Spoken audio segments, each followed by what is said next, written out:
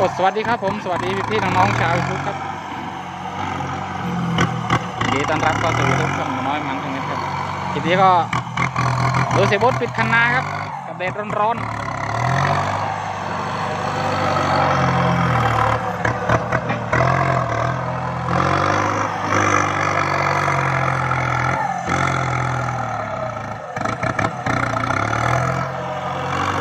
โอ้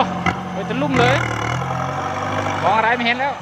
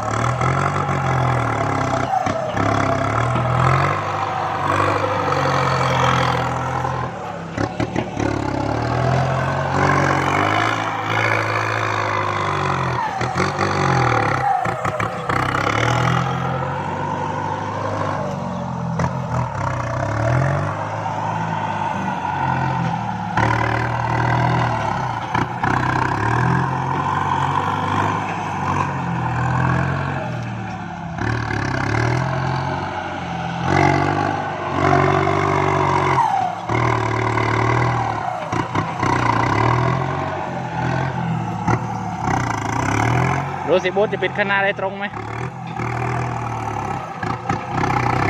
ใช่ได้ใช่ได้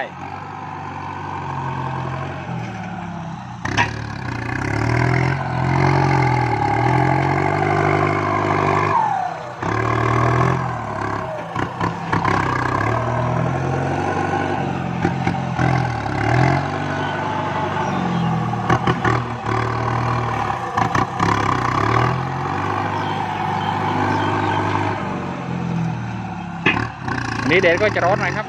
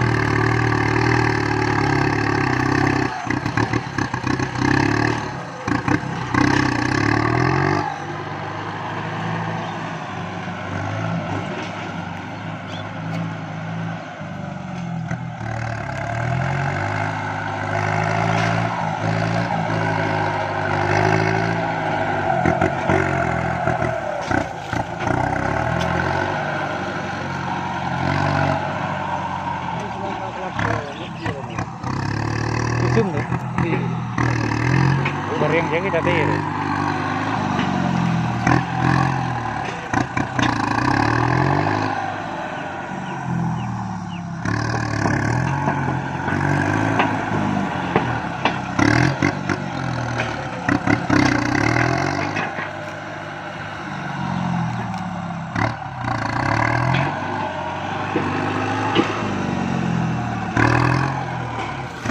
ได้ตรงปะได้ตรงครับ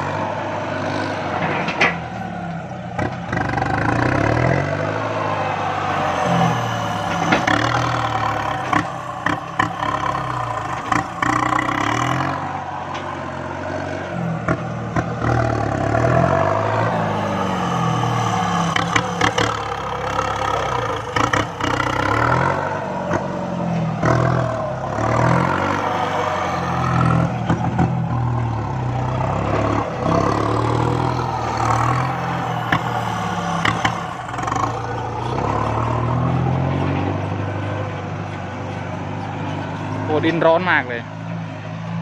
ร้อนจีเลยครับวันนี้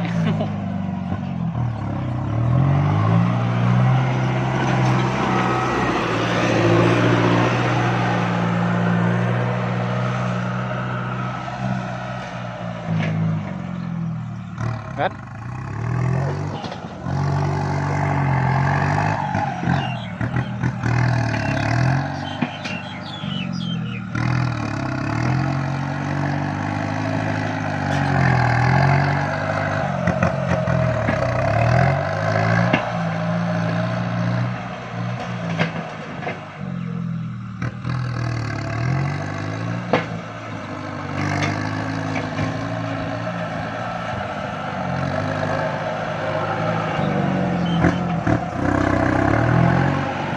การทำงานครับคล่องแคล่ว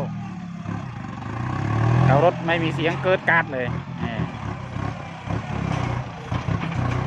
ขับรถแบบนี้ถือว่าเป็นมืออาชีพได้ครับแล้วก็รถไม่เสียด้วยถ้าขับรถแบบเสียงดังเกิดกาดนี่ไม่รู้เป็นเพราะคนขับหรือเป็นเพราะรถนะ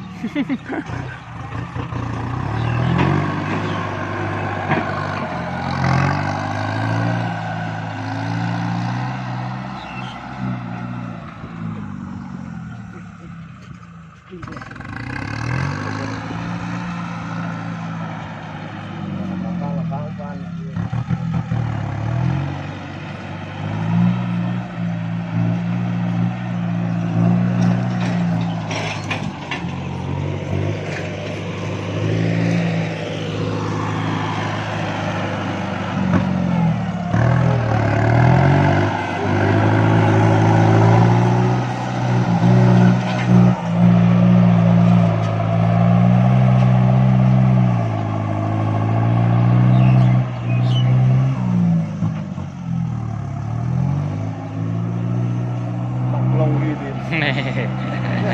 นะเว้ย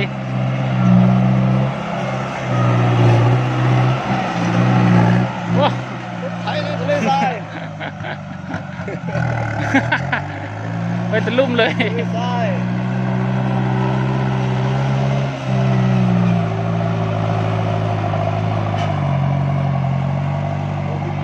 ครับ ไม่กลัวกลัวแล้วกลัว โควิดไม่กลัวฝุ่นมากกว่า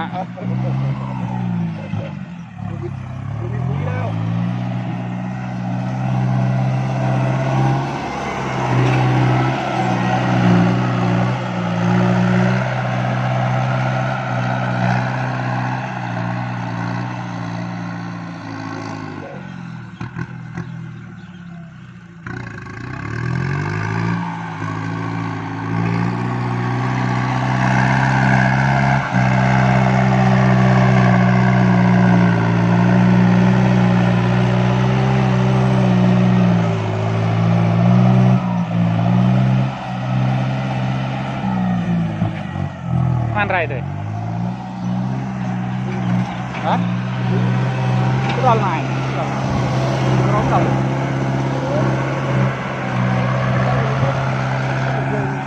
ฮะที่มาเดิมนูตรง Nih, ini lagi. Ini lagi.